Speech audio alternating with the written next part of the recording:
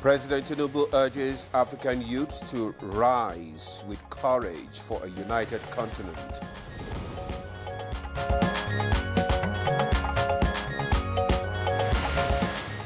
Nigerian pilgrims commence visitation of holy sites in Medina. Let's take away sacrifice. These people sacrifice for Islam, so we should sacrifice for our country. Pope Leo XIV urges global peace in emotional appeal.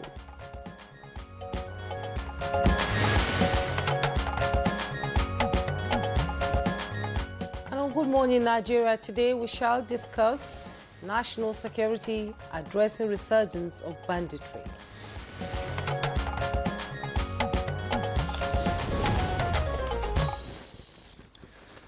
The sun may be rising, but for many across the northwest, a dark cloud still looms, one cast by the resurgence of banditry.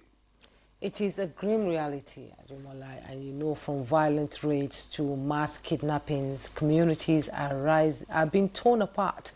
The question on everyone's lips is what really fuels this crisis? Yes, a big question. Some experts point to a web of factors: the farmer-herders conflicts, weak governance structures, porous borders that enable arms trafficking, and even deep-rooted historical grievances. And of course, the consequences are far-reaching, from displacement and death to economic disruption and the trauma of ransom kidnappings. No region should have to live like this, I think. Yeah, thankfully efforts are being ramped up. We are seeing increased military deployment, smarter surveillance technology, and collaboration between government and communities. But is it enough? On that note, today we take a deep dive into the heart of this national crisis and look ahead to the Senate-proposed National Security Summit. Can it offer lasting solutions? Big question. Addressing the resurgence of banditry, that's our focus this morning. I am Ademola Ade, and as always, we are glad you are starting your day with us. Yes, they're starting their day with us and the week with us. And I am Juma Yusuf. We are live on the network service of the NTA. And in a little while, our very own Chukudi Okolu Baja will be joining us for the newspaper review. But first, let's bring you up to speed with the major headlines making the rounds this morning. Good morning, Comfort. Amodu, how are you today? I'm well, Ademola. And, good morning, Comfort. Good morning, Jumai. Good morning, Nigerians. We begin with President Bola Ahmed Tinubu's calling to the next generation of Africans in science, technology, education, governance, entrepreneurship, and the arts to boldly contribute to a united, peaceful, and prosperous continent. Speaking as the guest of honor at the 25th anniversary of the Millennium Excellence Prize in Kumasi, Ghana, he highlighted the importance of collaboration among Africans in shaping their shared destiny. His message, delivered by Minister of State for Foreign Affairs Bianca Ojukwu, emphasized that the renewed hope agenda aimed at transforming lives, fostering inclusive growth, and positioning Nigeria as a regional leader. Tinubu called on the African youths to champion excellence, embrace leadership through service, and invest in their development while promoting cross-border collaboration. And he expressed gratitude to His Majesty Otumfuo Osai Tutu II for hosting the event, which has served as a beacon of inspiration since its inception in 1988. Ojukwu accepted a Lifetime Africa Achievement Prize on Tinubu's behalf alongside other honorees. And in a renewed demonstration of Nigerians' commitment to the fight against human trafficking, 78 victims have been repatriated from Cote d'Ivoire. The return was facilitated by coordinated efforts of the Federal Ministry of Foreign Affairs, NAPTIB, and an indigenous airline.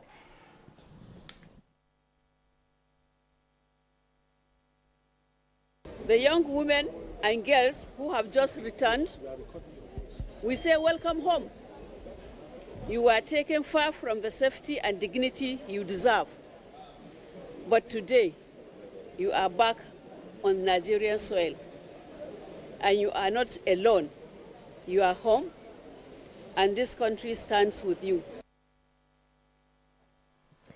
Away from that, more than 5,500 Nigerian pilgrims for this year's Hajj have been so far lifted to the Kingdom of Saudi Arabia.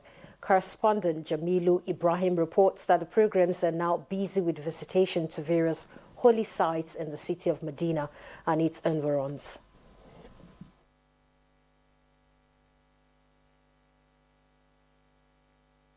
The theoretical aspect of it that we've been hearing, we are here to see the practical aspect of it. I'm so glad, I'm so impressed, and to witness this. It strengthens our faith. It gives us the synergy.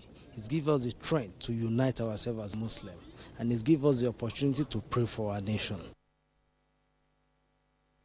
Pope Leo XIV has called for an end to war in the world as he greeted crowds from the balcony of St. Peter's Basilica this Sunday.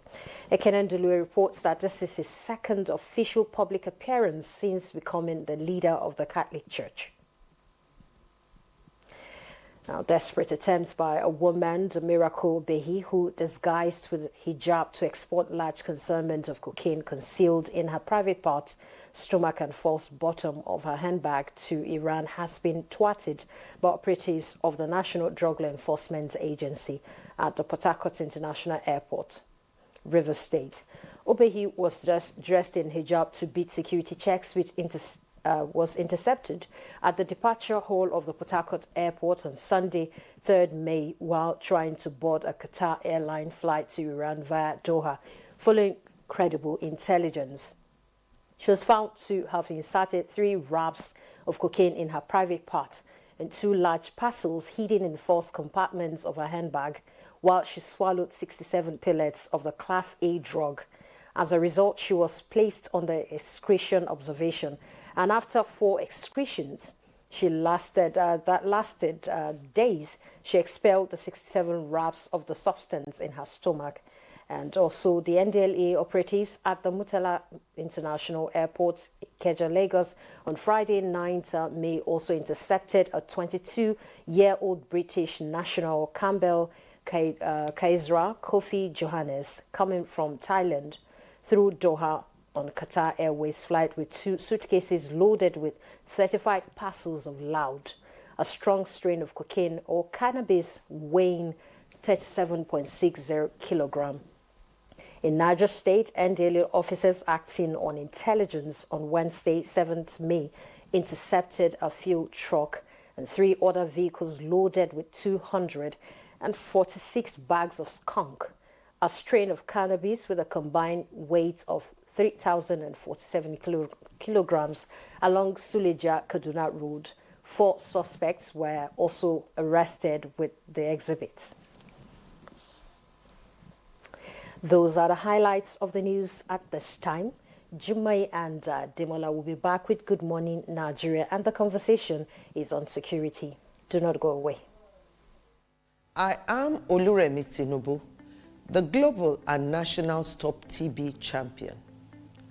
Many people have asked why I've chosen to champion the fight against a disease like tuberculosis.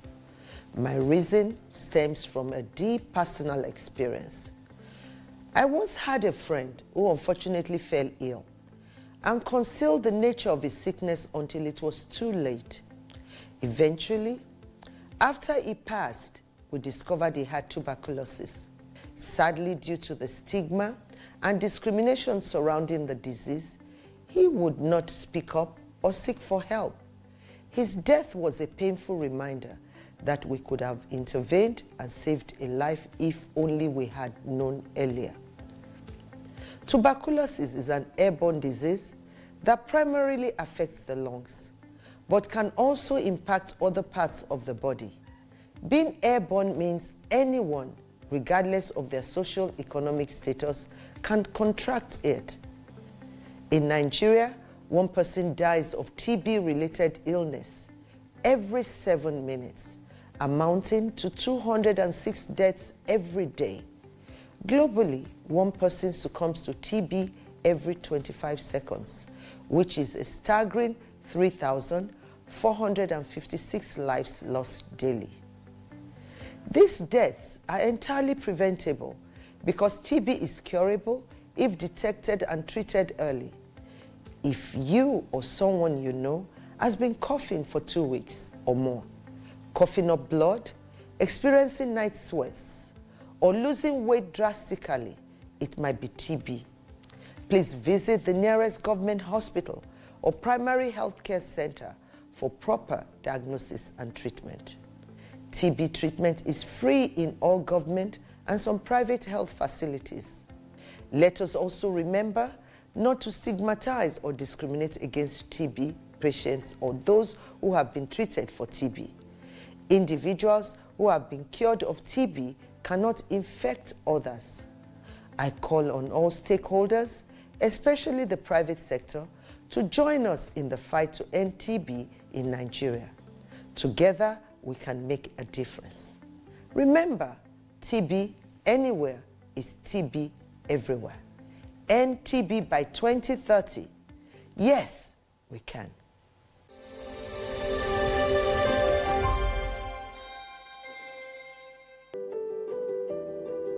Have you heard the news? The federal government of Nigeria, through its direct benefit transfer program, has started the disbursement of 75,000 naira per household in 3 installments of 25,000, 25,000, 25,000 naira. Each recipient must have a validated national identification number, NIN, to receive the payment on behalf of their household members. To benefit, your household must be in the National Social Register of Poor and Vulnerable Households in Nigeria. The federal government's direct benefit transfer program is helping to reduce the effect of suffering while promoting financial and economic inclusion for the poor and vulnerable population in Nigeria. Afam Bogeneka, Ebim Nagara Dimawa Village, Abuja, Nazo Afeba. So Esom Nandi register na NSR government register with my NIN. So government wears them ATM card. Njiwe wete 25,000 naira 3 times. And ega haya mketa barumuru na dem.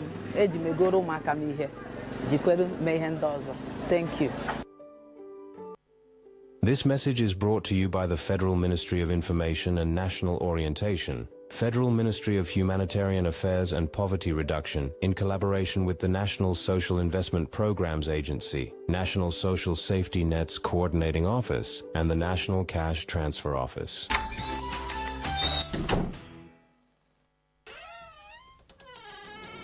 Emeka, you come into my home and you see me and my family enjoying our golden morn, and you still proceed to talk about business. Emma, it is very, very serious. Yes, so there is serious news. Introducing the new Golden Morn 3-in-1 with milk already inside for your creamy, nutritious enjoyment.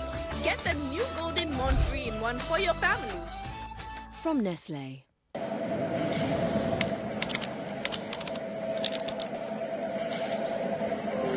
When you're low on energy and need a break, give yourself a treat. Cadbury Hot Chocolate. Smooth. Crafted from cocoa, milk, and sugar. Creamy. Chocolatey. Frothy goodness. Rich taste. So satisfying. Cadbury 3-in-1 Hot Chocolate. The treat you deserve. Hear that? It's the roar of the crowd, the pulse of champions, the sound of history being made. Ogun State is ready to host the biggest sporting event of the year, the 22nd National Sports Festival, Gateway Games Ogun 2024. From May 16th to 30th, 2025, the nation's finest athletes will gather at the MKO Abiola Stadium, Abeokuta, and other sports centers in Ogun State. 33 sports, 36 states, and the FCT. One goal: to rise, to compete, to win. The world is watching. This is our moment, our time to shine. The stage is set. Gateway Games Ogun 2024, a celebration of sports, unity, and culture. Host, His Excellency Governor Dapo Abiodun. Ìgbéga ìpínlẹ̀ Ògùn, àjọṣe gbogbo wa ni. Our major currency unit is the Naira, while the minor unit is the Kobo. They are both in notes and coins. The Naira is more than just a medium of exchange. It bears the images of our heroes. So, stop abusing the Naira. It It is a criminal offense to spray the naira at events. Stop stepping on the naira. It's not your enemy. Do not squeeze, ruffle, or write on the naira. Handling the naira with dirty or oily hands can deface the naira. Love the naira as you love yourself. Be a real Nigerian. Do not abuse the naira.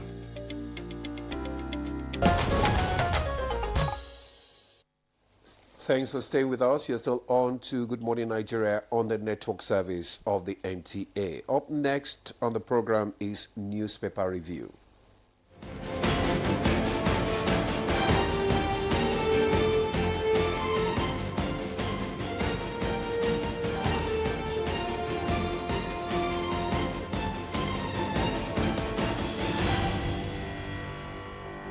Paper reviewer Chukudi Okolu-Baja is seated here in the studio. Chukudi, you got a cold? You know, I am like the beetle. There's no killing the beetle. You will not come here. That's who I am. This cold, I've conquered you. Demo, how are you doing? I'm doing great. I am not going to be demolished by the cold. You're not going to the be. weekend was sweet. We know about the matches. Can we please review the newspapers? Okay, let's quickly go to the papers. I have the Daily Times newspaper. Let's begin with it, with the Daily Times newspaper. And just above the masthead, we have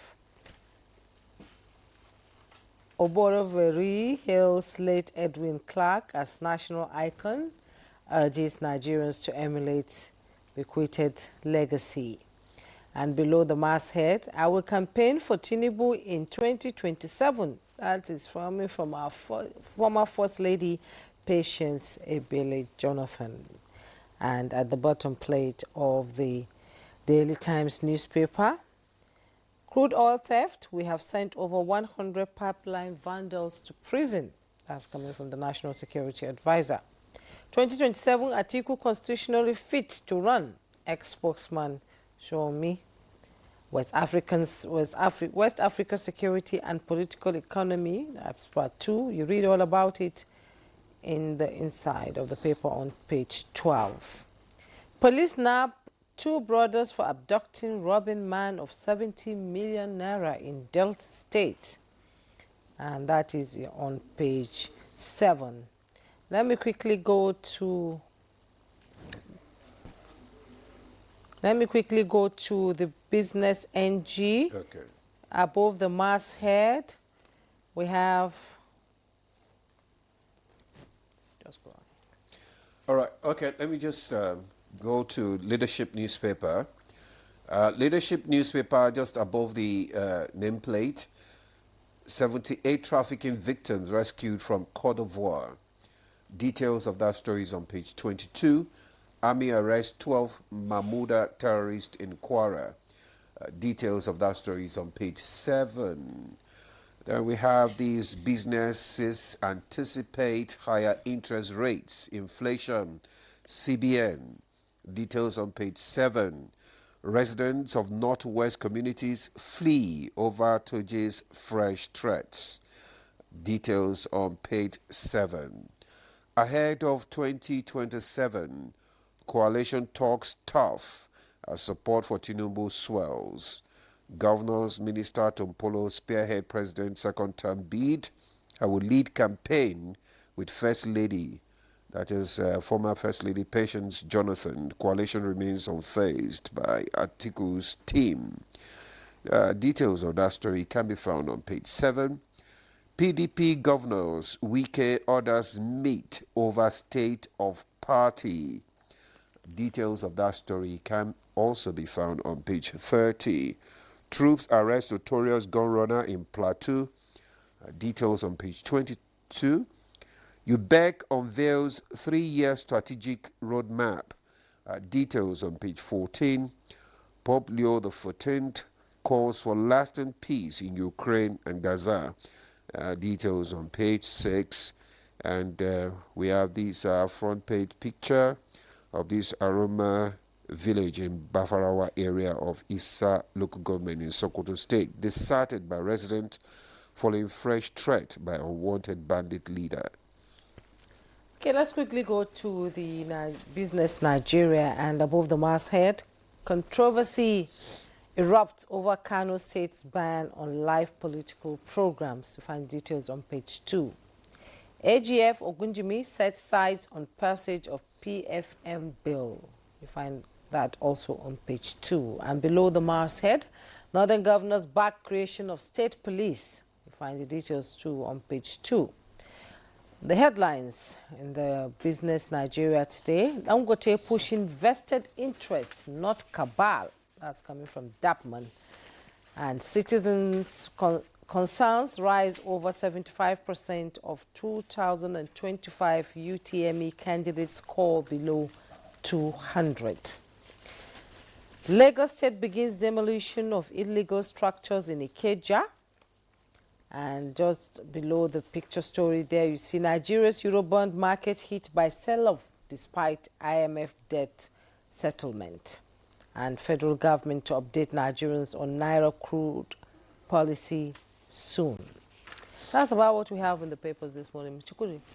Let me quickly talk about this wonderful statesman, late wonderful statesman. Oboroweri hails late Edwin Clark as national icon. You know, Edwin Clark gave me an interview about 2 years ago when we went for his endorsement of Mike Egene, whom we were making a model of integrity because of his activities as a resident electoral commissioner, you know, in the south there. He extolled Mike Egene. But the point is, this man was still spitting fire at over 90. Spitting fire in favor and in support of the green, white, green. Because of his love for Edwin Nigeria. Clark believed in this country. He told me that the division among Nigerians now was something he couldn't understand. He told me about these change programs happening between the north and the south, how they were living like brothers and all that. Made me think, where did we go wrong? How did it all start? The division and all that. We can only wish him sweet rest. Amen. In the Lord, you know. The people, what are they called now, saying that Dangote is pushing a vested interest, not a cabal. It's not a cabal that is behind it. It's a vested interest from Dangote. That's the Depot and Petroleum Products Marketing Association of Nigeria. Now, the point you want to make in this case is what are they still, you know, quibbling about? What are they still talking about? Government has done enough legislation concerning the upstream and the downstream sectors of the petroleum industry. And a big umbrella has been spread which can shelter everyone. Just respect my space, I respect your space. Why? They are saying that Dangote wants to dominate the pricing terrain, landscape and all that. Those are things we don't want to hear. We are thinking about prices that will crash. The infighting is causing a lot of problem, you know, in pricing and all that. You begin to think that there's a lot to hide in that sector. Other countries will be celebrating that a private sector person has come up to have a refinery and will be able to reduce the cost. Exactly. But in Nigeria, it's as if, no, you're not supposed to do this. We don't want, you know, since the refinery came on board, the infighting is becoming... I have not investigated the Dangote understand. refinery, but the first thing that occurs to me is that it is a project we should all applaud. Imagine Dangote exporting fuel to where? They mentioned the US every time. Yes. Meaning that Black Africa can actually give out products, refined products that can hit markets in the so-called, are they called first world or developed world, whatever they call themselves. Let them stop all the infighting. It's not necessary. It's not necessary. It's causing a lot of problems, and you know, it is we that suffer the brunt of the fight, the infighting. President Ahmed Bola Tinubu should be smiling. Patience Jonathan says she's teaming up with the current First Lady, former First Lady, teams up with current First Lady to campaign for the current president. It's quite sweet. Patience Jonathan does have some clout on her access of the Niger Delta. Apart from the social, traction she pulls across Nigeria, So I want to think that it's quite a good measurement. Her coming on board is good for, I think it is. The article says that they are, still going strong and all that, the coalition and all that. Yes. But the way things are going, let's not preempt them. Let's not be judgmental.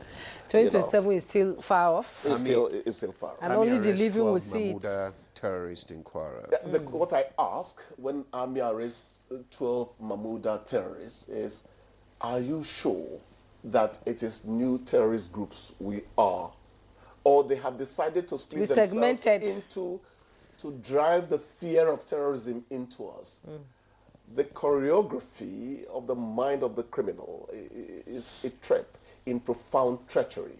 So sometimes we need to take it with a pinch of salt. That's what I think. They might actually be giving themselves different names to give the army, to give the people a scary feeling that they are everywhere. We must also think about that. But the important thing is that they were arrested. That means we're depleting their number. Yes. We're depleting their numbers. It's just that the fear that they are springing up in different parts of the country is just especially the Northwest. It's worrisome. Yes. The Northwest used to be the most stable, safe place in Nigeria, but unfortunately, what happened? What would worry me is if their activity has indeed, evolved into a greater volume and all that. You don't have to wait till because that. No.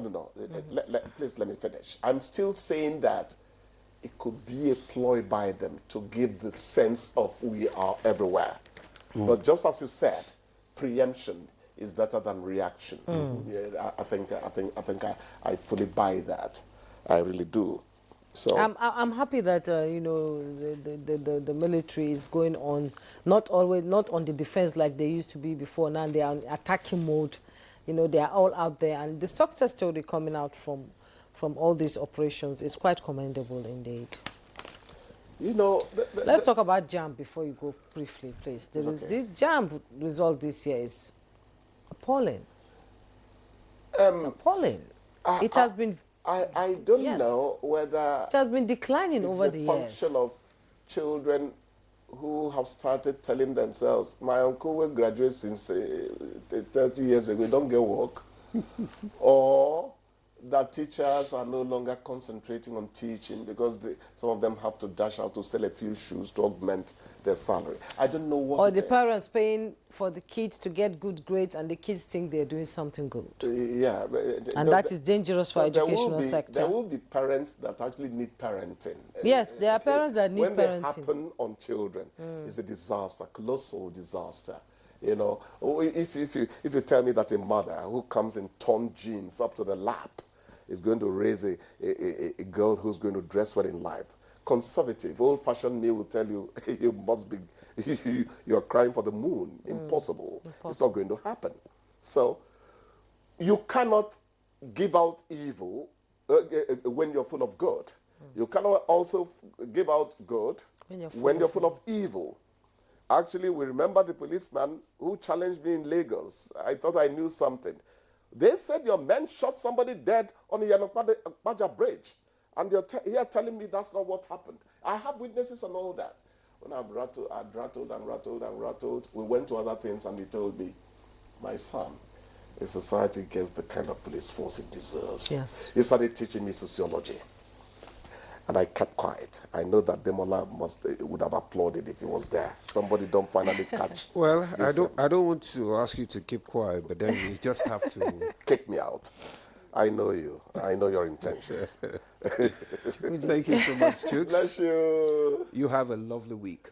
Go take care of yourself. Take care of this cold. Don't be here on Thursday and come and give me cold. Chest to be conquered. Okay. Thank you. Thanks for coming. All right, we'll take a break now. The conversation will kickstart after the break. Stay with us.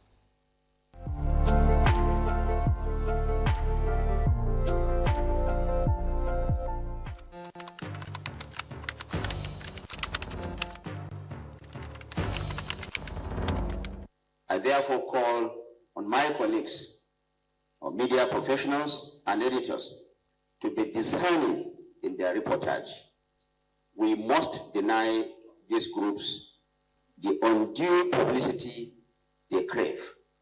We must take them off the front pages and accurately report them as the criminals that they are, without glorifying their acts or giving credence to their false narratives. These, of course, are not freedom fighters. They are murderers, kidnappers, and destroyers, and they must be presented as such. We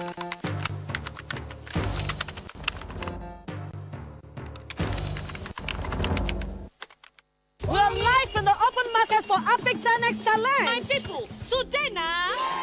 Today, I will show you how the power of new Epic 10X gives your toilet a better cleaning than bleach. Than bleach? Yes, so. Impossible. Toilets have stains which bleach cannot clean effectively. But Epic is thicker and sticks better, which gives 10x better cleaning versus bleach and kills germs. Oh, wow. You can now see that Epic is better than bleach.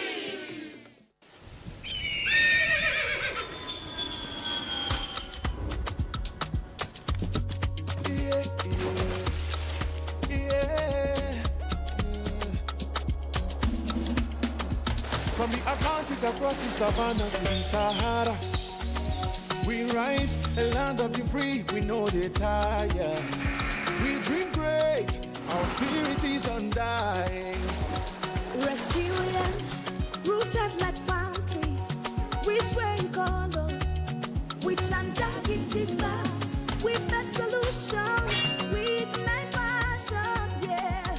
Diversity is unique, we have more than just a nation. We are Nigeria, strengthening unity, we know they carry lives. We are Nigeria, together live the dream of a land with great destiny. We are Nigeria. I am the real Nigerian. Brought to you by the National Orientation Agency, NOA. The Nigerian national flag represents our country's history, culture, and identity. It was designed in 1959. The colors are Emerald Green 2.0, which represents agriculture, and Immaculate White represents unity and peace. Know how to handle our flag. Illuminate the environment or don't fly the flag overnight. Do not fly a dirty or tattered flag. Take such flag to the nearest National Orientation Agency office for proper disposal and replacement. The national flag can only be flown at half-mast on the directive of the federal government. The national flag must be flown at the same or higher height when displayed alongside other flags. Don't burn or allow the national flag to fall on the ground. Do not print, decorate, modify, or insert the coat of arms on the flag. Our national heroes are not buried with the flag. They are honored by presenting it to their next of kin during internment. Respect our national flag. Be a real Nigerian. This message was brought to you by the National Orientation Agency, NOA. At NTA Television College Jos, you will dive into exhilarating hands that will fuel your passion in education and propel your career to new heights. We don't just teach, we craft the next generation of media leaders. Explore our diverse offering, understanding the personnel matters and issues in the public service, basic development communication, financial reporting under IPSAS, and interpretation of public sector accounting standard IPSAS, audit, internal check and control management, video camera maintenance, new technologies, optics, fiber, IP technologies, automation, storage management, and wireless technology. Challenges and opportunities in the secretarial profession in the digital age. Digital marketing, basic drama, online reporting, understanding the provisions of the revised public service, audio engineering operations and maintenance, camera operations, and intermediate drama. Mark your calendar. The second quarter of 2025 is your launch pad. This is your moment to seize the future. Announcer Management. Hey Nigeria, ready to breathe cleaner air and save money? Let's talk about gas. Drive with CNG, the smart, cost-effective choice. Fill up for less and travel further. Save money, save the planet. Switch to LPG for cooking. It's cleaner, healthier, and better for environment. Say goodbye to smoke and eye problems. Do you know Nigeria is a gas nation ranked 9th globally with over 209 trillion cubic feet of gas reserve. Gas isn't just for cooking and driving. It powers industries too. Cleaner, cheaper, and more efficient. And the best part, conversion centers are popping up everywhere. It's never been easier to switch to gas. Join the cleaner energy revolution. Choose LPG for cooking and CNG for your vehicles. Clean energy for brighter future. This message is brought to you by the Office of the Honorable Minister of State for Petroleum Resources, Gas, supported by the Nigeria Midstream and Downstream Petroleum Regulatory Authority, NMDPRA. Thanks for joining us. You're still watching Good Morning Nigeria. And to begin our conversation, which borders on national security, addressing resurgence of banditry, let's take this background report put together by Timothy Yusuf. Many believe that banditry has become a significant security challenge in Nigeria, particularly in the northwest and north-central regions. The menace has resulted in loss of lives, displacement of communities, and economic hardship. The Nigerian government has, however, implemented various measures to contain banditry. These measures include military operations to flush out bandits from their hideouts, enhancing intelligence gathering to identify and track bandits, engaging with local communities to gather intelligence and build trust, and implementing programs to address poverty and unemployment, among others. Recently, the National Assembly has taken steps to address the security challenge through plans to convene a security summit to bring together stakeholders to discuss the security situation and develop strategies to address banditry. It is also working on legislative frameworks to strengthen the security architecture and provide a legal basis for addressing banditry. By building on the efforts of the government and the National Assembly, analysts are hopeful that Nigeria can reduce the incidence of banditry and promote national security. The proposed security summit, they noted, is a step in the right direction, and it is expected to provide a platform for stakeholders to share ideas and develop effective strategies to address the security challenge. NTA's Good Morning Nigeria is now set to bring you up to speed on efforts towards addressing resurgence of banditry. Come along with us. Thank you very much, Timothy Yusuf, for that background report. And also to join us for this conversation, we already have our guest in the studio, Patrick Agbambo. Is the President, CEO, Security Watch African Initiatives. Good morning, Mr. Patrick. You're welcome to Good Morning Nigeria. Thank you so much, and thank you for having me. Glad to have you join us. And joining us via Zoom from Jos, Plateau State, is Brigadier General John Temlang, ON, Pioneer Commander of the Multinational Joint Task Force, former President of the Alumni Association of the National Defense College, and Security Consultant. Thank you so much, sir, for joining us. Good to see you. Thank you very much, Jumai. Good morning, Nigeria. Good morning. And also joining us from Bauchi is Dr. Yahuza Getso. He is a security, intelligence, and investigation expert. Thanks for joining us. Thank you for having me. Thank you. Okay. All right, let's just kickstart our conversation this morning on the national security and the resurgence of banditry. We're going to start from Jos, actually, and let me just ask General Temlong. You can just tell us, explain to us the background of this, insecurity and why it has led to this resurgence. Well, thank you very much for having me. We are having a very complex security situation, and that's, we call it asymmetric threat. It is complex in that there is no symmetry. You have terrorists, insurgents, criminals embedded amongst the population. And so it's quite difficult to fish them out. It's quite difficult to know who is a terrorist. They speak the same language, they wear the same dress, they don't have uniform, they don't have marks on them. And so they are being buoyed by criminals in the society who I would call crisis entrepreneurs, making a huge amount of money from what is happening. And so when the military or the security agencies are able to degrade them to a certain extent, you'll find out that they sort of regroup because that's their sources of livelihood. Sometimes they're being buoyed by the criminals in the society. And these criminals have no grade. Some of them are highly placed. Some of them are people that you respect in society. And sometimes some bad eggs within the security agencies do egg them too. So the problem is that when you see at a time they get a lull, sometimes it's because they have reached an elastic limit in the operation. What we call elastic limit in the operation is that you have reached your end. It's like an elastic. When you go beyond that, you break. You have gotten to the breaking point. So what they do is that they go down to regroup and strengthen the elasticity of their operation.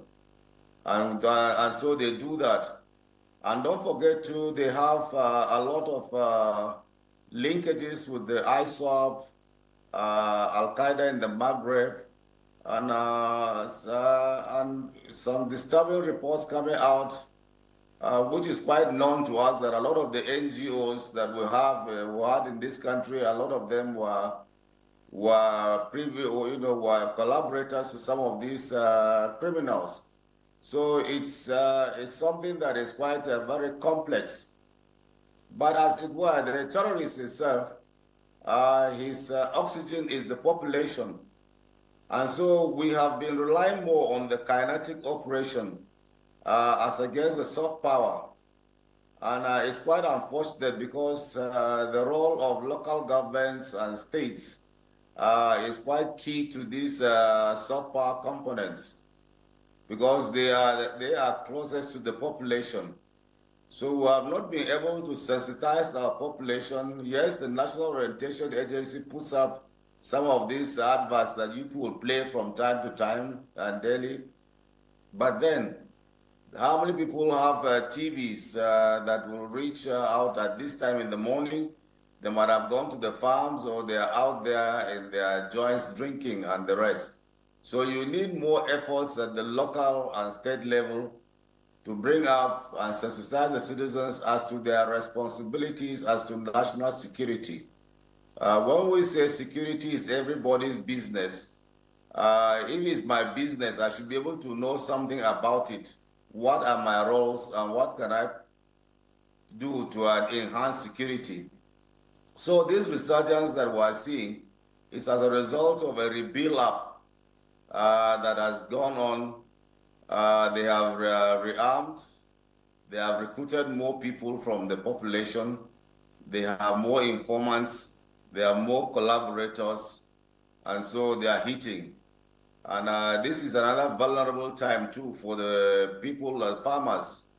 The center of gravity of farmers is for the farm.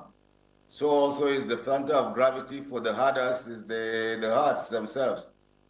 So what they are doing now is to hit the people hard, disturb them and destabilize them from farming.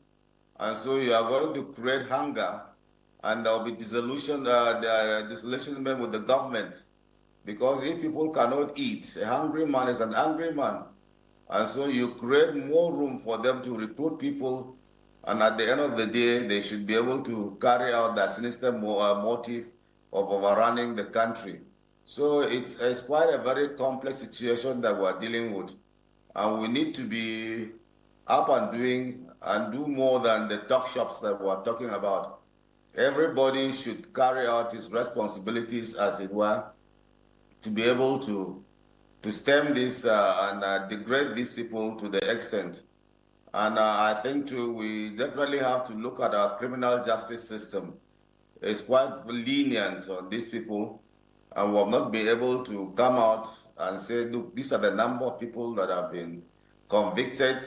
These are the people, and what are their convictions? What are their fines? They are murderers, and so the problem is that when you murder, you are supposed to be killed. So I think we need to do and be more forthright and forthcoming, and be tougher on crime, as it were, in this country than what we are doing now. So it's quite unfortunate that it's resurging at this time, but I think, but I'm sure and I'm confident that our armed forces and the security agencies will be able to do their own part. But on the part of the states and local governments and the population, we need to up our game to be able to complete the 70% that is needed to wipe out these criminalities that we have here. Thank you.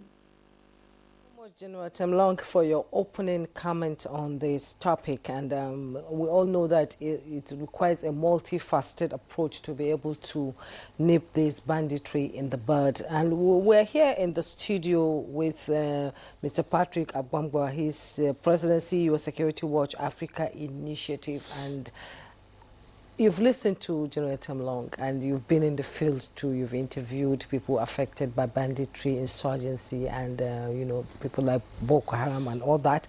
Let's get your opinion. How would you define the current state of national security in Nigeria? It's a cause for concern, don't you think? I would say that the current state of national security is not encouraging. It's not encouraging because the various sectors that should play their roles are not playing their role.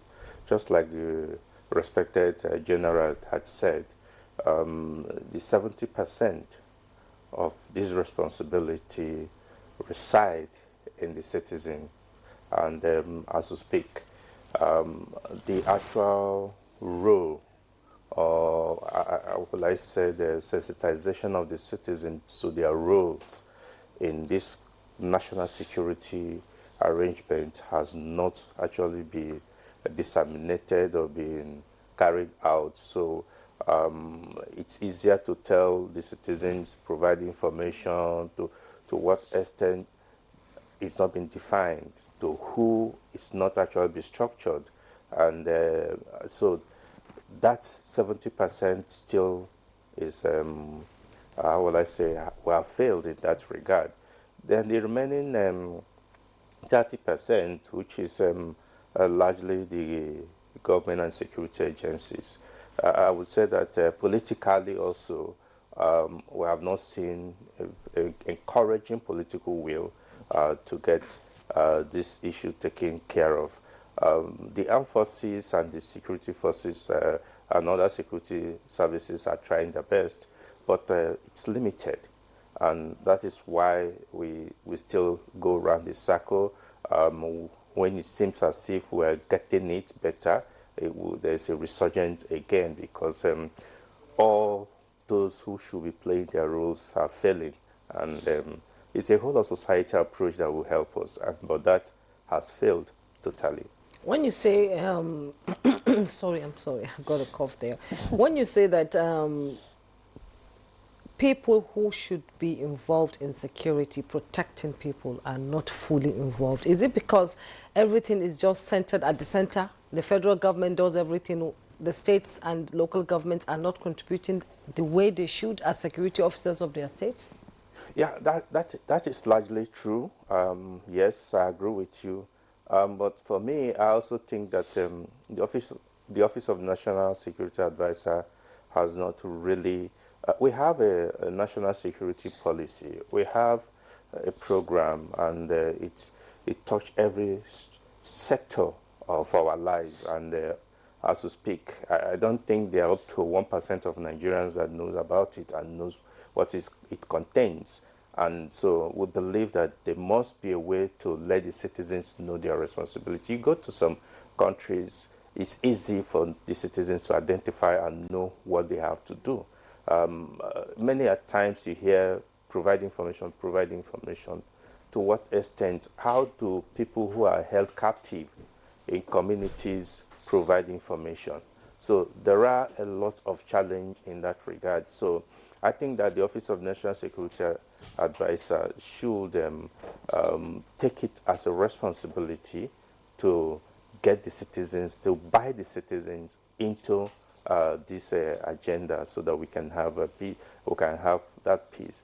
Then the citizens themselves, I tell you, because there have been total neglect in the local community, the local governments are non-existent. All the attempts to make it functional is still not yielding results. That is where the insecurity thrives. It's in the local areas. And when you don't have governance in the local areas, then the criminals take over.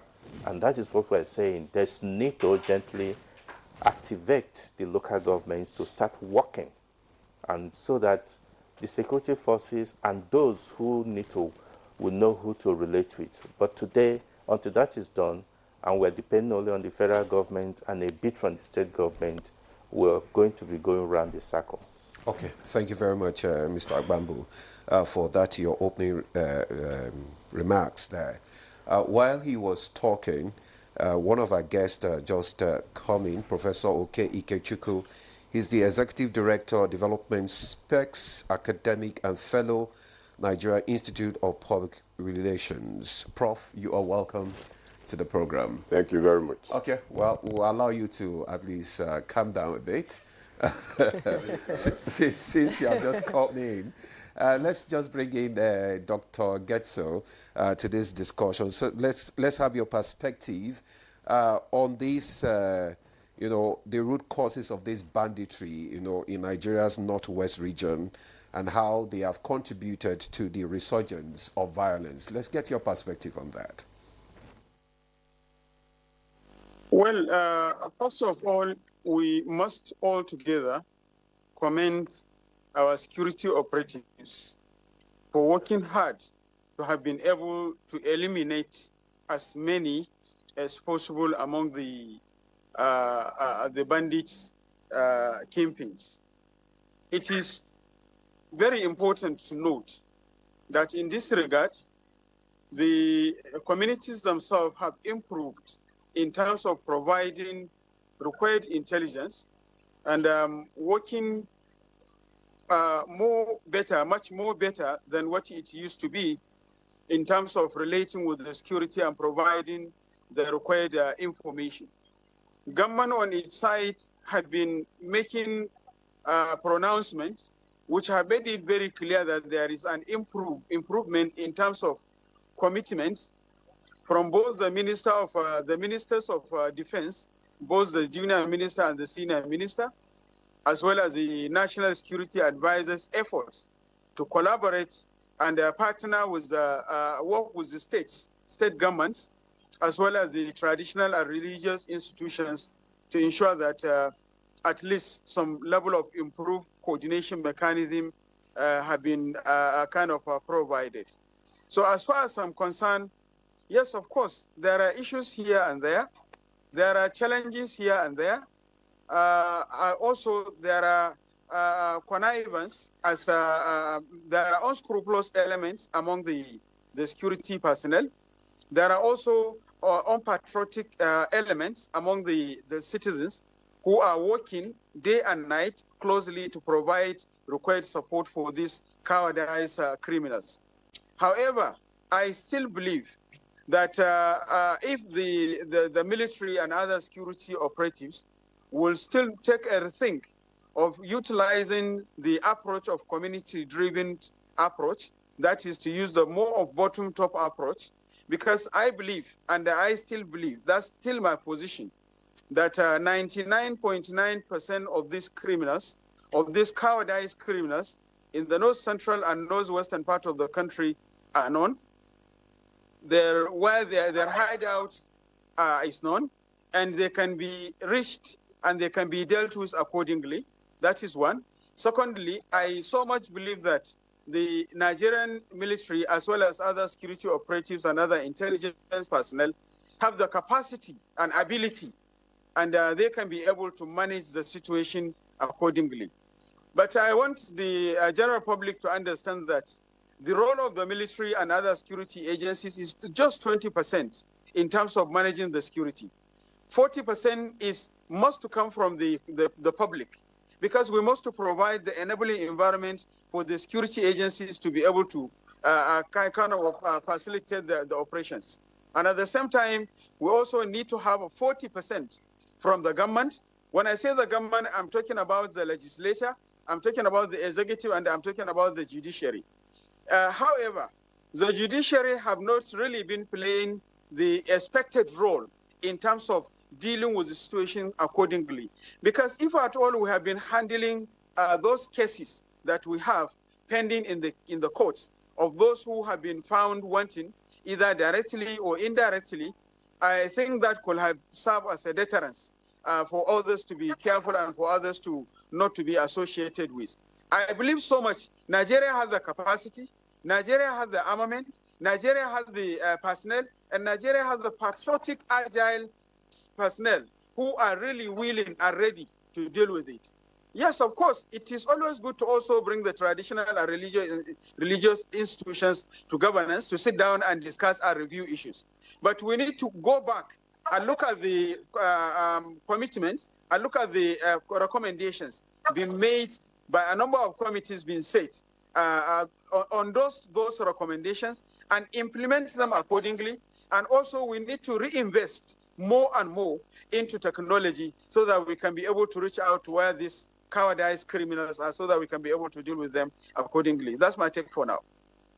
Thank you so much, Dr. Getso, for your opening comments too, and you've really gone deep into the conversation, talking about from, bottom to top approach. It's something that people say will sort of help the military fight banditry when people who are most affected are able to come out and say they need help. Now, joining us in the studio, like my co-presenter said, is Dr. Okay, who is here. He came in late. Traffic, I hope, I guess. So what's traffic in Abuja? Traffic? Well, there's traffic. So what's your opinion on this banditry? It's increasing. The names of the bandits, bandit groups, is just becoming too much. You seem to forget them now. We have the Mahmudawa in Sokoto State. How, in your opinion, how people say it's poverty, is unemployment and all that. Do you think that is the root cause of why people join banditry? Or is just a First of all, among the bandits that have been arrested, or those who are killed, what's their age bracket? That's question number one. They are young people. Number two, in the environments where they are very active, what's the level of unemployment? Very high. What's the rate of collapse of local economies? Very high. What's the level of political leadership and cohesion? Local government chairmen are not living in their local governments, either in Abuja or Kaduna. There is no local government activity going on. The local government gets probably, let's assume, 180 million in a month. Nothing happens. It's as simple as that. The environment is available to be taken. And so when you speak of de-radicalization, you cannot de-radicalize a man who is busy selling suya or repairing shoes or in the office or running a bakery. You can't. So it's a fairly straightforward matter about it's all traceable to the absence of effective civilian leadership, an uncontrolled environment, and an environment, and it's not peculiar to Northeast, all over the country. It just happens to have gotten ahead because of the activities of, the guy that was killed, who started the whole thing in 2009? Yusuf? Yeah, all of that. But let's get around so that I think the issues will probably be properly disaggregated. You recall, I think, was it last week that a member of the House of Reps spoke at length about the bombing and demolition of barracks, about how much is given to the military. I felt scandalized listening to that because I believe that at that level you should have information before you stand on the floor of the House to speak. You say a barrack was sacked, by whom? And the incident was explained. When you store arms in the armory, overheating could make just one of them exploded into affect the rest. He didn't have that information. He didn't have information about the amount of money given to the military, said in trillions. He knew nothing about procurements, that you could request for arms. It gets manufactured. It takes time and all of that. And he also, with all due respect, I don't think he knows about the budgeting process. 3 billion has been approved for NTA. Everybody is clapping. By the end of the year, NTA got 900 million. Nobody knows. Yes. Does he have that information? Did he make it public? So that's what ends up turning the people against the military out of ignorance.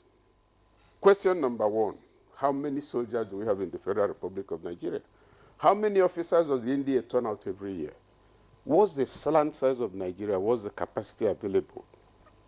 If there's a lot of banditry in your place, and I'm posted there as commander of a platoon, not a platoon, maybe a brigade, I'm not from your village, so I don't know anybody. Any information, you are the person in a position to say, a stranger came in.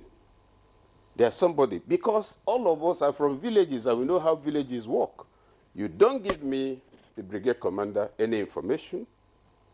You don't give anything to the DSS, but we are to secure you when we don't know what your problem is. So 3 distinct issues. Number one, the absence of responsible civilian leadership at that level. Also, the failure of traditional institutions, because when you look at it, I'm a politician, I'm holding a position today, probably I'm a senator, and I come and begin to donate money on a regular basis. Everybody claps for me. The traditional ruler gives me a title. I sit in the front row in the church, or if I'm going to mosque, when I'm coming, people are passing in God's own house. What am I doing? I'm mentoring a new generation who think that the only way to be taken seriously is to be seen to have a lot of money. And if money can be made by banditry, it's a shorter route than several other options. So I want us to see the cocktail of social issues that led to all of this. Challenged or limited responsible leadership, a misunderstanding of societal roles, because take away, like I mentioned, the age of the bandits. The beggars in the streets, what's their age bracket? The unknown gunmen, what's their age bracket? The people bombing pipelines in the southwest, the south-south, what's their age bracket? It will then tell you that you have a very young population of Nigerians disconnected from the structures for proper self-development. And to that extent, they don't understand when you speak of the state. It does not impact them. They don't know what you mean when you speak of Nigeria, or Ogun State government, or Anambra State government. They think of survival. That's why a lecturer in my UNIMED could be facilitating information for insurgents. That's why young people will be giving them information. That's why a traditional ruler, I think, what was it, Katsina, the one that collected 700,000 and allowed them to raid a village. The total social disconnect puts our military in a terrible position. They are being sent to do a job that should not exist. Insurgency fighting should not exist if there was responsible civilian leadership. What does it take to produce a major? How many years? And then an aeroplane carrying, was it 20 people? The Niger incident was shot down. I didn't get any report that any of them survived. But what did the governor say? Oh, don't attack the bandits. Go and discuss with them. In the 21st century, go and, if you're a soldier, how would you feel? If your brother or your sister died, how would you feel? No, go and negotiate with them. And I keep saying this. The option of aerial support is not being explored. We're in Taraba State, yeah? That's the one that you, I think, is it Taraba? The one you land at your land, travel by road? Yes, that's Not long ago. Massive land area, a lot of insecurity before the current governor. Fortunately, they sent, I think, Brigadier Owa, making fantastic moves. The governor has given them a drone support. Now, I'm bringing the drone matter to Nigeria because last year we were in South Africa. We visited 2 drone manufacturing companies, military grade, weaponized drones. After all the fancy presentations and tea, everybody's about to go. I said, no. I went to meet aside with them. Now, this is weaponized. He said, yes. What's the radius? He said, each of the drones can do 200 miles. Weaponized, fully fueled, it won't come down. I said, okay, so I went into the inner office. Let's see, how many drones will Nigeria need? 6. Not 600. Only 6 drones. I was staring at him. He said, yes, 6. He put Nigeria on the map, mounted the drones. You could see the virtual reality. And then, I said, okay, so how much will that be? $90 million. Not 900, not 1 billion. $90 million.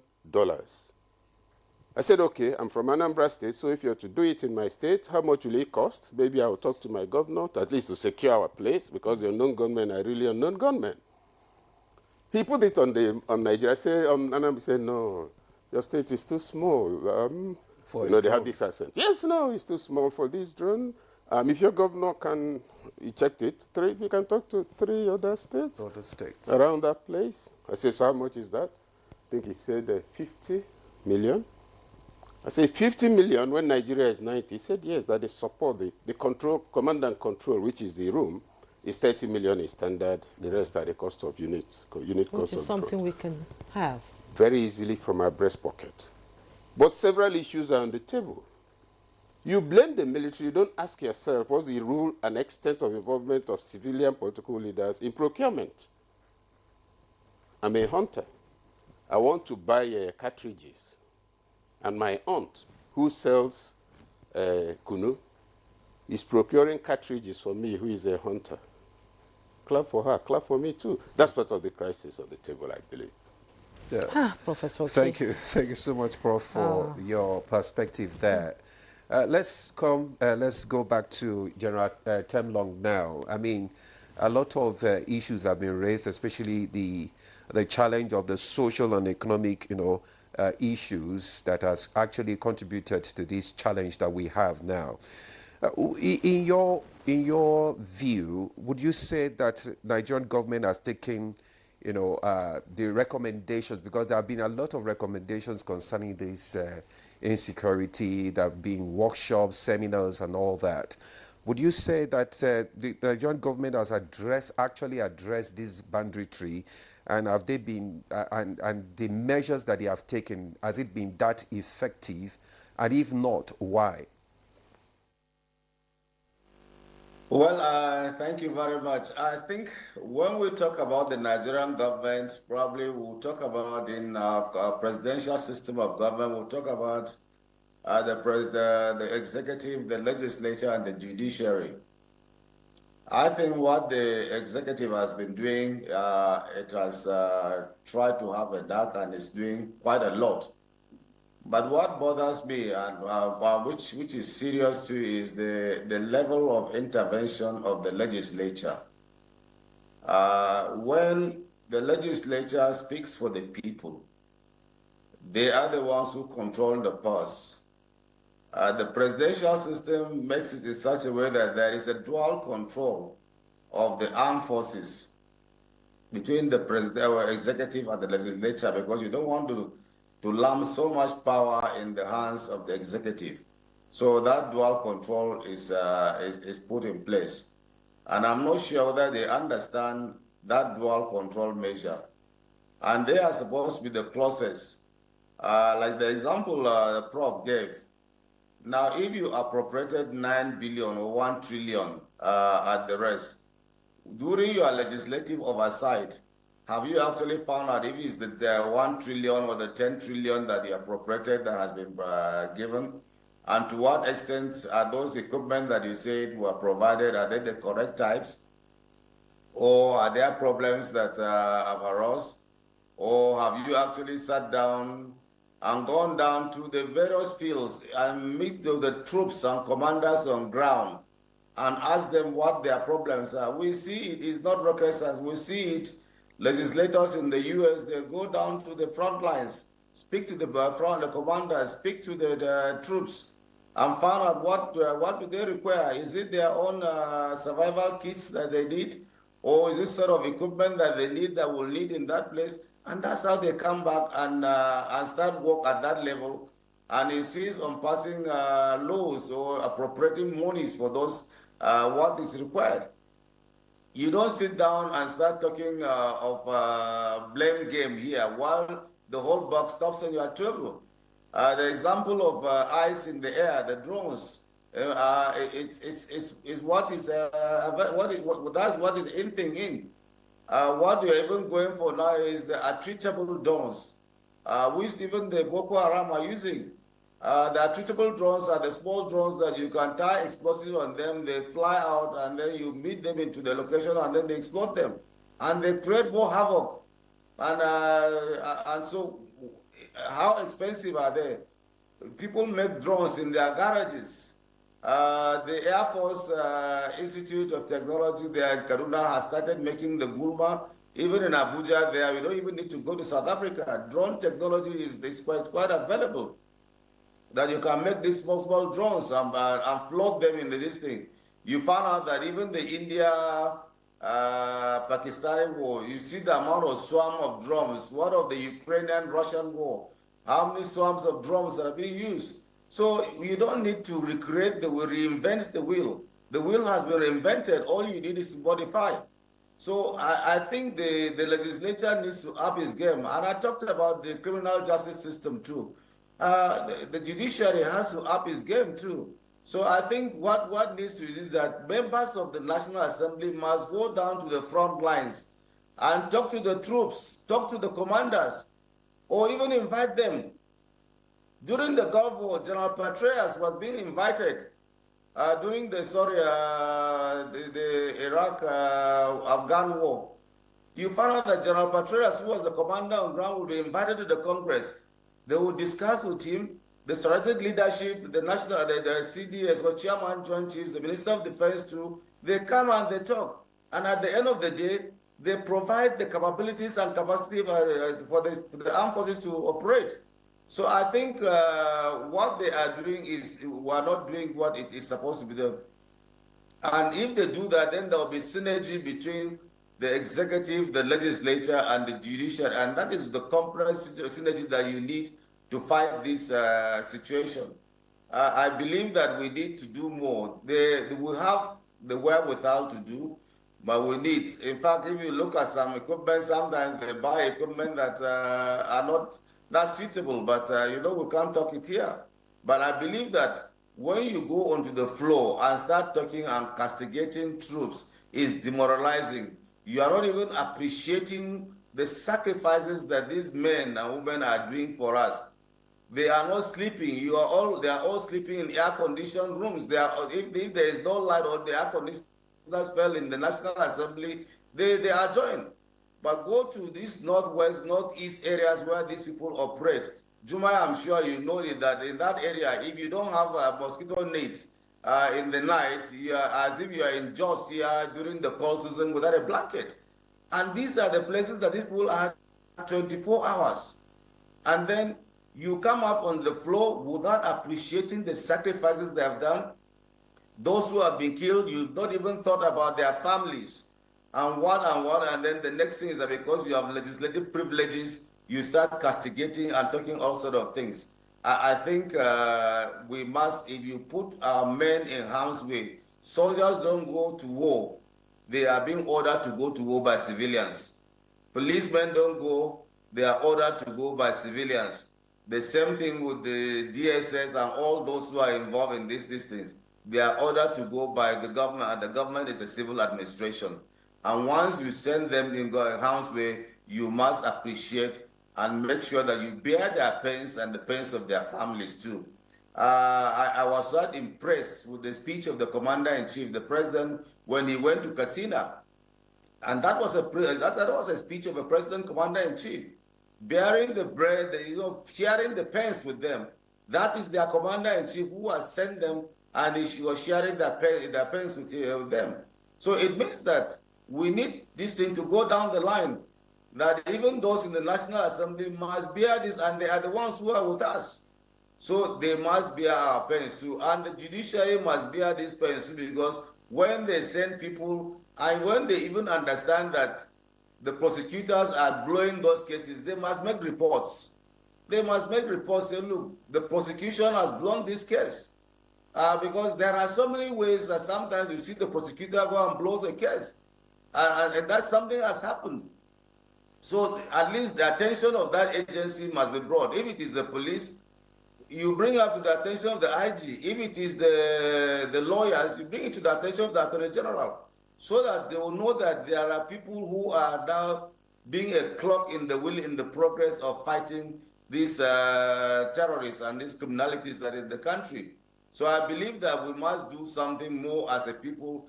There must be more responsiveness, and I agree totally with the Prof. And I said it even in my opening statement. the absence of governance at the local and state level is the major problem that we're having in this country. And once there is absence, there is a nature opposed vacuum. And once there is absence, those people operate in those vacuums. I said it even when I was a commander. I gave my recommendations that, look, I saw total absence of governance in the Northeast at the local level. And that was what gave rise to the rebels occupying the whole swath of Nigeria in the Lake Chad Basin. And after defeating them, I said we must put in things in place. If not, they will regroup. And that's how they regrouped. And Boko Haram came up. So I think we must do something about governance at the local government level and the state levels. Unfortunately, the local government chairmen are not responsible to the citizens at the local government level. Their loyalty and this thing is to the state governor, because they were there imposed by the governors in so-called elections that were conducted by the state electoral commissions. So you can't do things. I had a terrible experience. I tried to get my people, I said, look, what do we do to get our people safe? Let's have a community security and an early warning system training for our men or our citizens. Let's look at the leadership, traditional rulers, to church leaders, religious group, youth level, women level, and see. Let's have a group and see how we can and talk to them. I volunteered. I prepared a program for this. I say it's free of charge. The only thing is that when you bring people from their communities, you are going to transport them. So do the transportation, feed them, and provide the venue for me. And what did one of them say? Look, that's not their priority now. That their priority was the congresses of their party. You can imagine. So are these people responsible to the citizens? That I, as a senior citizen and elder statesman, seeing what is going on in this country, I said, look, let me help my own people. With that, we can cascade it down to the other local governments. I said, look, force the hands of the state governor and say, look, let's do this. I've done it to my community. Let's extend it down the state. My problem with that, it will catch fire in the whole country. And here they were telling me those sort of nasty stories. So do they understand what it means by being the chief security officer, or the responsibility, or the chapter 2 of the Constitution, which says the citizens' responsibility and life and property is the responsibility, and welfare of the citizens is the responsibility of government? How are they going to do this thing? And that's why even at the national conference, we recommend that chapter 2 should be justiciable. People should be sent to court. We'll come to you later in the program for you to, talk about, how communities can be involved in, security where they are. Let's return to the studio where Patrick Abumba is seated. Generator Long have talked about community contributions. Professor Oke has talked about technology. Getso has talked about bottom-to-top approach in trying to curtail this banditry in the bird. And we all know that the world is moving towards a place where boots will not be on ground to fight wars. It will be technology, drones and all that. We see in Ukraine, Pakistan, Gaza and all that. So how can local communities come together with the traditional rulers, vigilantes, civilian JTF and all that? Because they need funding too. They need to be taken care of. Most of them have been killed. Is that the reason why the local communities don't want to contribute to security in their areas? The local communities need responsible leadership. Okay. And that is where we talked about the non-existence of the local government. The local government should be the compass for the local communities to actually function. We know that it's not been what it should be for years, and that has given rise to what we're seeing today, that there's a bit of apathy from the part of the communities. And like I said earlier, communities really do not know what their roles are, because that it needs to be defined, and they need a direction. And where you have the local government chairman so-called local government chairman, because most times they are appointed or selected, living in the capital city or the federal capital territory and all that, without interacting with the community, it's difficult for him to provide leadership when to prevent crisis or during crisis. What they will make political statements, just like the Honorable House of Representative member did made and all that, reckless statement that in actual fact fuels the crisis the more. But one aspect that is a bit troubling is the aspect of the judiciary. So many thousands, hundreds of some of the bandits, fighters have been arrested. Today, we don't know what is happening to them because the judiciary have not actually taken the actions. So you go to the northeast, so many of these terrorists, the military can do much, arrest, kill. But what happens when they arrest these people? In the northwest, between January and this April, and April last year, 48 terrorists have been killed, neutralized, commanders. But so many again, more hundreds have been arrested and handed over to the Department of State Services. We have not had them being tried and jailed or whatever punishment that is meted according to the law. That is one factor that is actually lacking. We have so many of these terrorists in Kainji and no court to adjudicate or look into the situation. So what Some is the us have role of the called for traditional special rulers? courts. What are the traditional rulers doing? No, in this, like I in this said, sense? traditional rulers today have become politicized. So they tend towards whatever the government of the state goes. They don't do much. Some of them don't even live in their domain. They will give examples of fear of being killed, but yes, your people are living there. Why don't you give them direction? I will commend one of the traditional rulers that I also commend in Bama. In the heat of the whole thing, he relocated and stayed with his people. And so he's a rallying point for his people. And he's a young man, and too. he's a young man. So that has been a saving grace. But in most of this community, you don't see them. You see some traditional rulers even conniving. The governor of Edo State just recently had to suspend a traditional ruler because he was selling, relating with kidnappers and all sorts. So we have had, they have not played the role responsibly because they're also looking up to the political class that has actually not even done what they should do. So the people are left not properly led or governed. So, and when you have situations like that, they will have to go tilt towards having sympathy or allegiance to even those who are oppressing them and killing them. That's why you have people invited, people like the Lakurawas and all those who are having the Mahmoud group. They are migrating their Inquirer state because the communities are looking for the protection. When the political leaders cannot do so, then they look for means of how they can get protected. Okay, thank you very much, Mr. Patrick, for that. The community are looking for more protection, just you said, and General Temlong also discussed the need for better synergy between the different arms of government. And some people have actually, said that probably because government declared the bandit as terrorists, it also impacted negatively on the situation, and what are the potential consequences. But before we go to Dr. Getso, we just want to inform our viewers that you can interact, and ask questions and bring up suggestions on this discussion.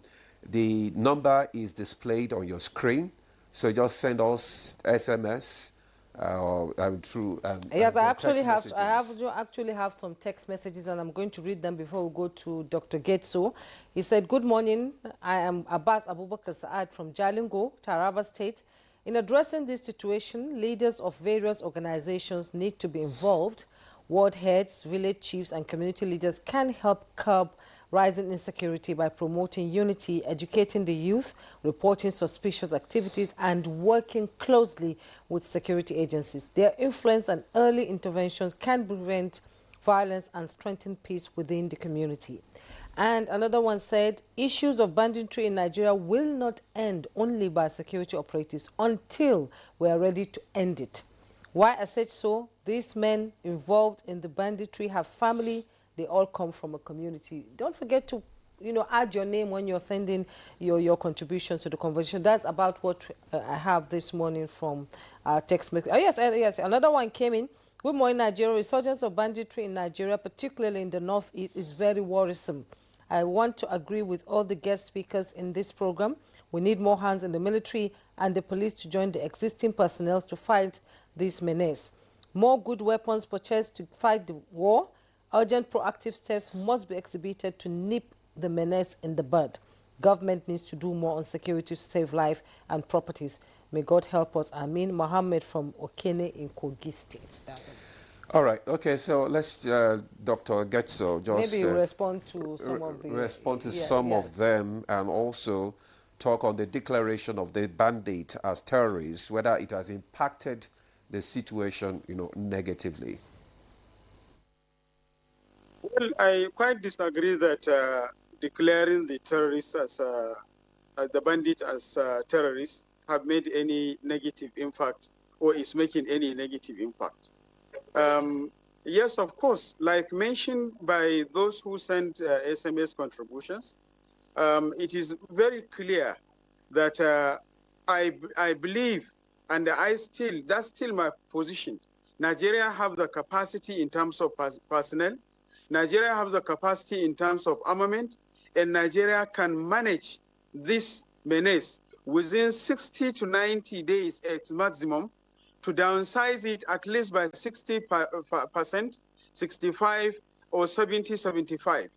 And in any exam you sit and you pass 75, 90, 65, 70, 75, you must be rated high that you have succeeded in your exams.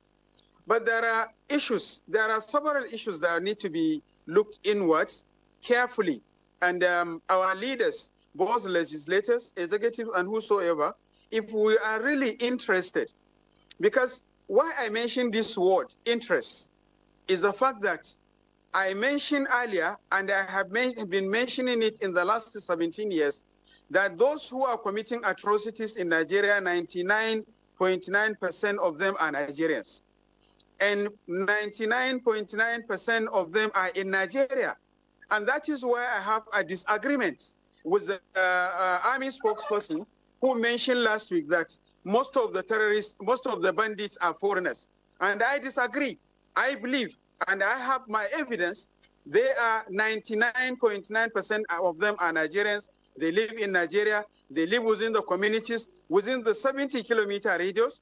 But have we been, the questions now I want to ask, who have we been able to hold responsible, accountable for the responsibility given? Yes, of course, we are commending the military and all the security personnel for the good work they have been doing. We are not saying they are not doing anything. We believe they are doing the best they can, but the best have not been enough to manage the situation. Those are the legislature. Most of you are part of the problem until and unless you sit down and x-ray your own situation in terms of appropriating, in terms of budgeting, in terms of release of the funds, in terms of monitoring and evaluation and assessment of the performance being made based on the amount being released, in terms of the allegations of corruption and participating in corrupt practices and so on and so forth, then that is the only time when you will talk to Nigerians. You cannot just go and stand up on the floor of the National Assembly and be discussing something that you have not been able to take the ownership. That is three. And number four, we must go back to the communities and empower them. We must build their capacity. How much efforts have we been made in order to build the capacity of the vigilante? How much have we been able to even have the hunters group of Nigeria and all other local allies who are vigilance, who are supporting, who are not? How much have we been able to modernize their system? And how much have we been able to identify them and recruit them through either the polling unit, the political ward, and the local government? If you can identify a minimum of 90 per polling unit of the vigilante, of the civil, other civil security non-formal that we have, and so on and so on and so forth, build their capacity, identify them, and develop database. If you have 10 political ward, 10 polling units in a political ward, 90 from the polling units times 10 in a political ward, it will give you 900.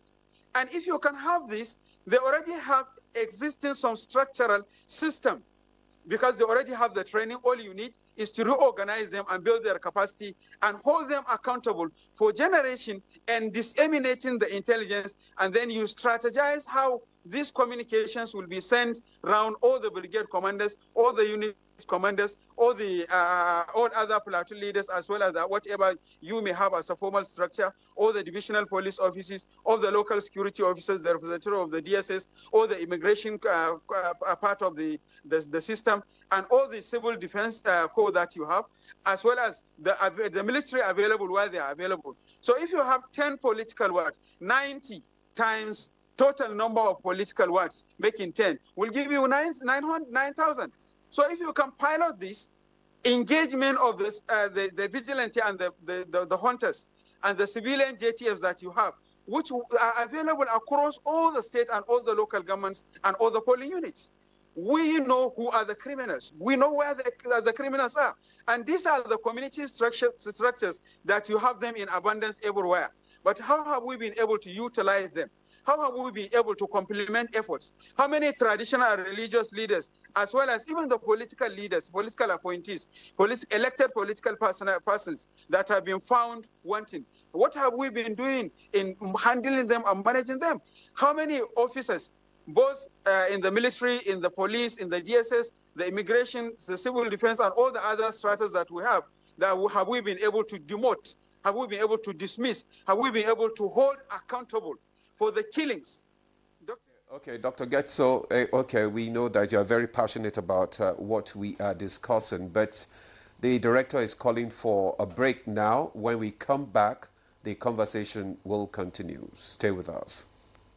The Nigeria Coat of Arms is the official seal that represents the authority of the Federal Republic of Nigeria, hung on the wall behind the seat of the principal officer of the government, supported by the portrait of the serving president of the Federal Republic of Nigeria. It has 7 features. The black shield stands for Good Earth of Nigeria. The silver wavy band stands for the confluence of rivers Niger and Benue. The 2 white horses stands for dignity. The yellow flora is a common wildflower throughout Nigeria. The red eagle stands for strength. The wreath is in our national colors of green, white, green. The motto, unity and faith, peace and progress, is written on a beautiful yellow ribbon, and it's a maxim for all Nigerians. Be a real Nigerian.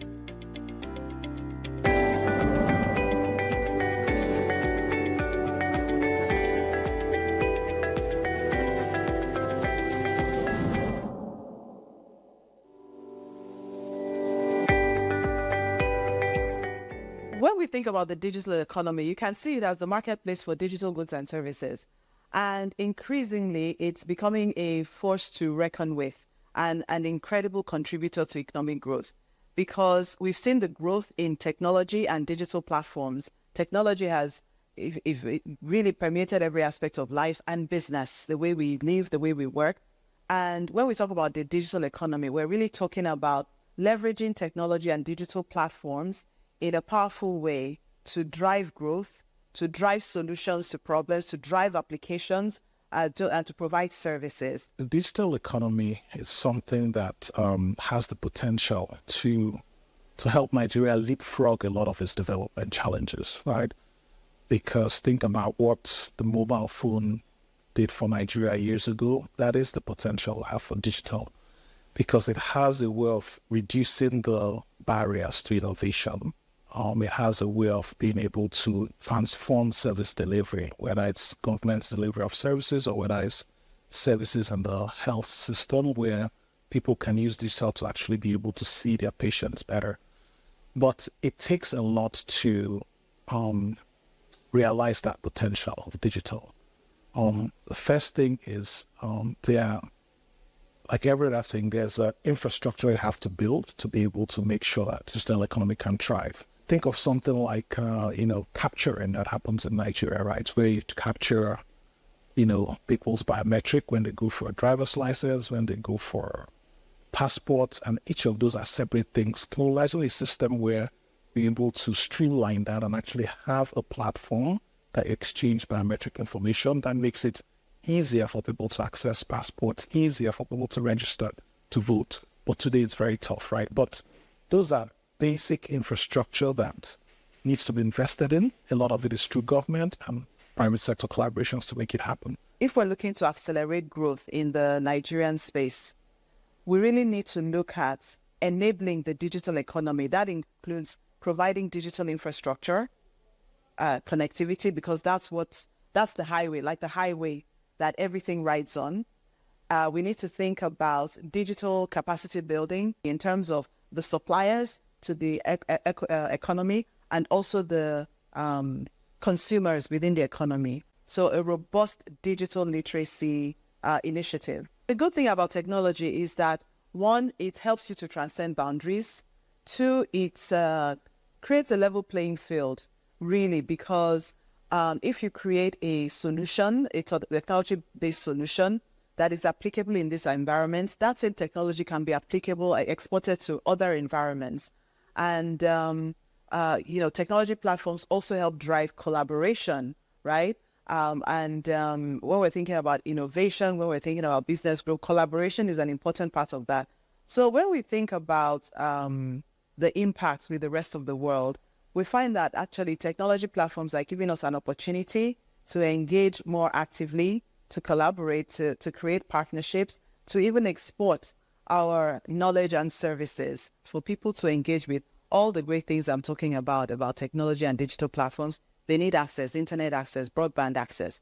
So we need to make sure that access is more available and affordable for the average user. The most important thing is to think about where you want to go as a country and actually what type of policies are going to help get you there. There are examples of countries who've been able to transform using digital, for example. There are very clear things those countries did to be able to make it happen. So a lot of this, the pathway to be able to solve these problems are not mysterious, right? It takes courage of the policymakers to be able to understudy some of these things and bring in the policies that work to be able to help them.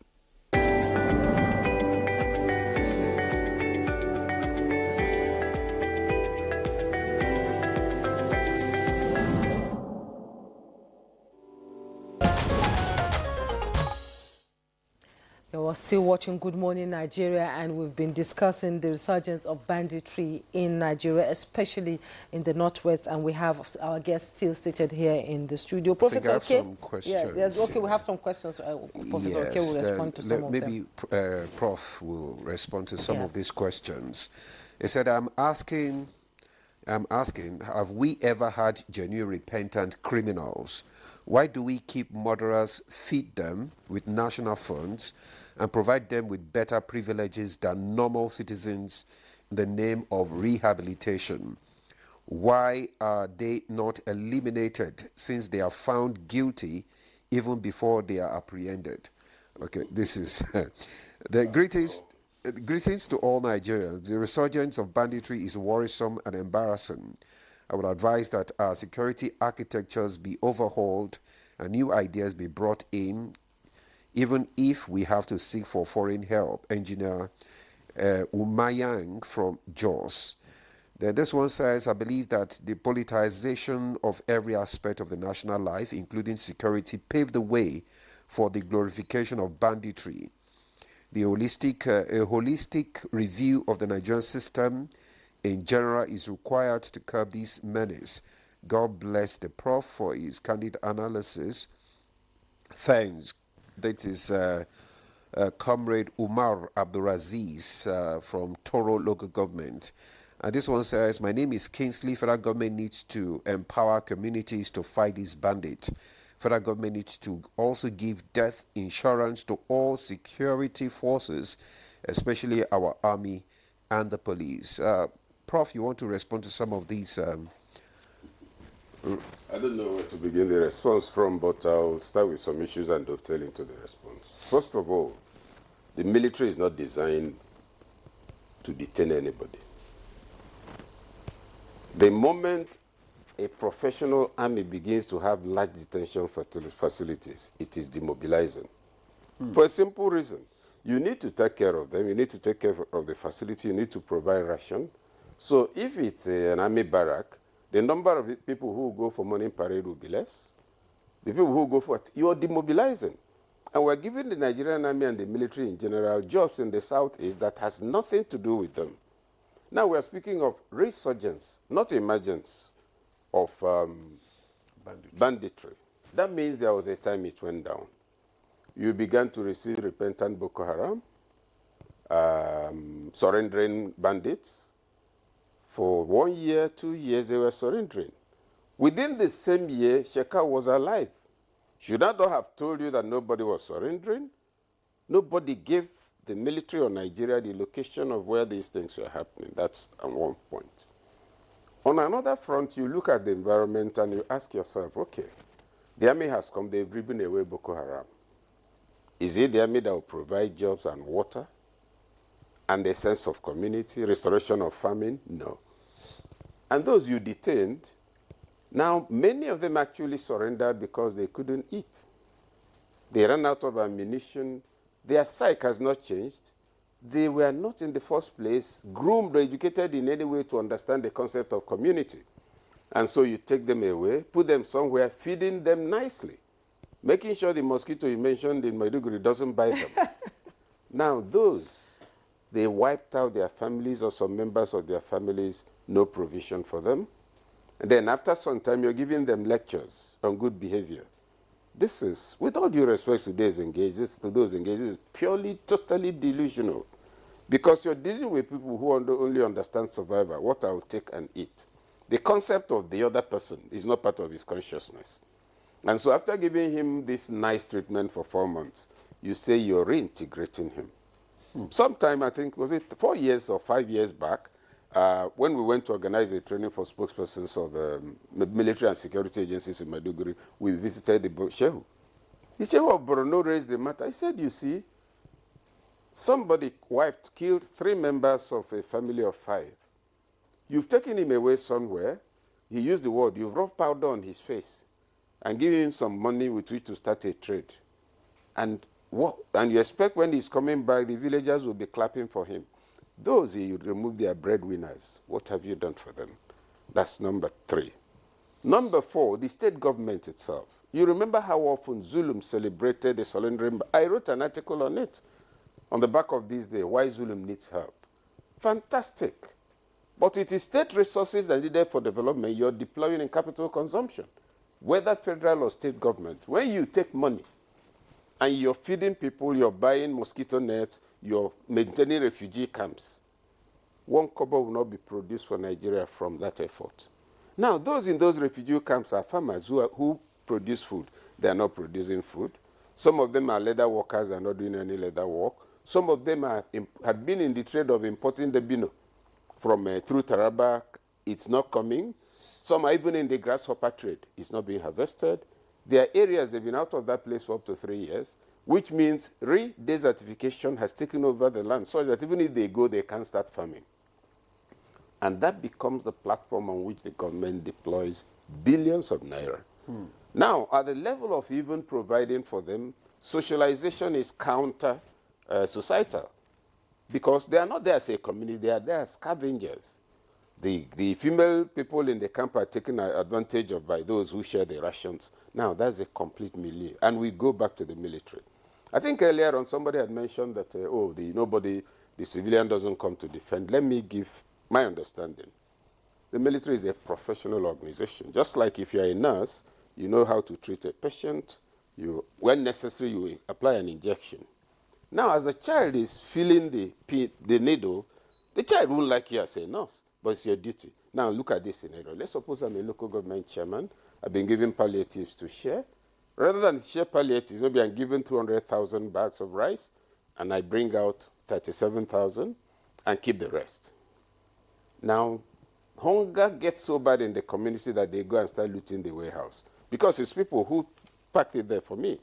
Now, in the process of the looting, I call the police. The police come. It doesn't work. They bring reinforcement. It doesn't work. I bring in the army. The army come and then. Now, when the army has come, driven away those people, and secured the place, how will the civilians be looking at the army? You see them, terrible people. They are the ones colluding with the local government to eat our rice. Whereas the army has come as a professional organization to maintain law and order. That's their training. Now, as we are calling the army names, useless people, look at them carrying our rice. Does the local government chairman defend them? No. That's the crisis of the military, professional organization, totally misunderstood and unappreciated. And their own training doesn't tell them how to play politics. And that's why I'm glad that you're having greater engagement in terms of military-civilian relations. Imagine that the army must also protect itself. It's a very dangerous. You see, the military is the most endangered profession in the country today. Because we're talking about what do you call it? Vigilantes and all of that. It's laughable. These are hunters who should be doing a job. Not collecting, not government supporting them to feed because they're now maintaining security. You see, we're moving national development. We're shutting down national development and focusing on pocket engagements that should not be there in the first place. 2022, November, I was a guest of the multinational joint task force in N'Djamena. That's when I discovered that among the 4 countries, the force cannot go, I think, beyond 25 kilometers into any of the countries. The people know it, the villagers know it, insurgents know it. And so they operate within that frame. And so we now eventually were able to convince the women leaders. We already rated the role of women in national security. It's their sons and husbands. We convinced them, or the MNJTF working with the team, convinced them to attend a meeting, Chatham House rules, no disclosure, and some traditional rulers. They put all the cards on the table. They said, we can't give these people any information. That's the military. We said, why? He said, when you tell them, they will come here, shoot some people, and go away. Then they will come to kill us. So let's tell you the truth. Our sons are in Boko Haram. Our husbands are in Boko Haram. And we're able to meet them maybe once or twice in a month. We can even spend time with them. We get food. We have a containment strategy that's working for us. You know what to pay if you want to go to the farm. Some of us couldn't get up after the engagement. We are in a daze. Then exploration and other conversations, because we were there for 10 days. Communication, you know, effective communication to de-radicalize the place. You know, we have this communication thing. We've translated it into Hausa and Fulfulde. Wake up. How many people will sit down to read it? That's number one. And how many people are literate in those languages? And if I'm literate in Igbo, is it a document in Igbo I'll read, or the one in English? And then Boko Haram has taken time to brief the people comprehensively on the stations not to listen to. Oh, we'll go on BBC Hausa service. We're talking to our people. You're on your own. It's that bad. They're that strategic. Then you have this Frenchman. I think at that time he had gotten $11 million. There's a lot of support. We need to understand that when we are speaking of insurgency, yeah, it's possible to say it's not, it's 99% Nigerian. But think of the crisis in Niger, what do you call it, Libya, Southern Sudan, Mali. The movement of small arms into the country, the movement of disbanded criminal groups, among other things, and the fact that the Northeast trade is also part of it. So put all of that together. What you find is an environment where, when Buratai was living, remember he said that Boko Haram is not about to go. He knew what he was talking about. So you have a totally confiscated environment. The question, if the army has sent away Boko Haram and shot them like those women told us, the army is not a setup to run a community. That fact alone, once you ignore it, resurgence means return of what was removed. The measures taken on which civilian leadership should have built on, there was nothing to be built on, and like was pointed out, the vacuum had to be filled. So in the absence of that, that's the extent of the complexity. And the interesting thing, we got to Maiduguri and flew by helicopter. We flew by a chopper to N'Djamena, the capital of Chad. The chopper was not driven by Nigerians. It's not a Hercules. And we are practically flying at rooftop. In fact, you could have removed Britain from the helicopter and said hello to somebody on the road, literally speaking. Why did nobody shoot us? Are we aware of the massive international economy that needs the Southeast? The Northeast? Arms need to be sold. The American arm industry needs to keep going. International arms trade needs Africa's stupidity in order to be in business. And one of the anchors of that stupidity is the Northeast. And it's spreading all over the country. And leadership is the crisis. Yes, I think it was because of the Matasine riots that the first time arms were banned, the pump action. Yes. Should it not be clear to us that arms licenses should be restored?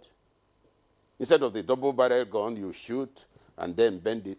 At the very least, the Mossberg should be returned. Nigeria should be able to license it. At that time, even the Jivan sporting I was a teacher in the university, but I loved the French Jivan sporting rifle and was saving money merrily to go and buy it. I would go to the gun shop in Ikeja, and I would take it, and the man said, look, get used to not pointing a gun where anybody is, even though there's no bullet. Today, there's no arms license. There's no arms license. But the bandits carry AK-47. Criminals who pretend to be headers carry AK-47. Because let's not pretend that I'll be done in about 30 seconds. Did Fulanis enter Nigeria last year? No. Were they there before I was born? No. Were we having problems with them? Yes, they were before I was born. Were we having problems with them? No. Our Fulanis, do they wear earring? No. They are the ones all over the place. The Fulani, that is Nigerian Fulani, is allowing him or herself to be scandalized by strangers who are not Nigerians in their name. The same as the ethnic stock, yes. But that's not how they behave. If they are Nigerian Fulanis, why are they taking over primarily the north? Why are they killing people who are presumably Muslims like them, wiping out their villages? And I'm not talking about Middle Belt. Sokoto is not part of Anambra State. You know, at a point like this, you really don't know what to say, but the program must continue. Let's bring in General Temlong for his final words. And I would like to ask you this very important question. How important is regional cooperation and neighboring countries, especially, you know, in tackling cross-border banditry? I'm giving you 2 minutes to please answer that. 2 minutes is too much. 1 minute. My producer said 1 minute. It's very important. Having been a commander of the Multinational Joint Task Force, I'll tell you, cooperation is very important because these criminals move across borders. And when you say the borders are porous, there is not just porosity. You can drive across them. You know it. You are from Borno area. In fact, it reached a stage during my stage that the Chadian government had to put their third military region completely from Bagasula under my command because of the cross-border situation. So I think we need regional cooperation. And to address what the Prof is saying, is a problem is just a governance issues. It's governance issues simple. It stops on the bulk of the state of the governors, the local government chairman. We talked about, in fact, if you go back in 2018, when I was the president of the Alumni Association of the National Defense College, we organized a national security seminar on a post-Boko Haram Nigeria. And part of the things that came out is transitional justice issues. The show of Borno even attended too. And the truth is that somebody has killed almost the whole family and they know him. And he comes back to settle in the society. How do they see him? What has happened? And so we looked at even the Rwandan model, the Gachacha, what happened in Rwanda. So these are some of the things, the recommendations that they are coded in papers, in our journal, the National Defense College Journal, Constructive Engagement. So all these things are there. So the question of even having a talk shop like the National Assembly is talking about does not even arise. It's time for action now. It's not just time for talk. Let seminars that are organized by the military, let them be attending the exercises that the military are attending and see the adequacy or inadequacy of the training and the equipment, and let them go to the front line and see the condition of the troops and talk to the commanders and the troops. That will help better than talking. We have to cut you there. Let's just have a parting shot from Dr. Getso, and especially this Senate proposed National Security Summit. How can it, contribute to addressing, the issue? 30 seconds. 30 seconds. Whichever way, the best thing to do is to use a community initiative, community-driven, and community-owned and community-sustained. We have to build the community to take the of the respective community, and the leadership issue and governance issue must be addressed. I quite disagree. The national summit, whatever they may call it, is just a waste of resource. That will not take us to a promised land.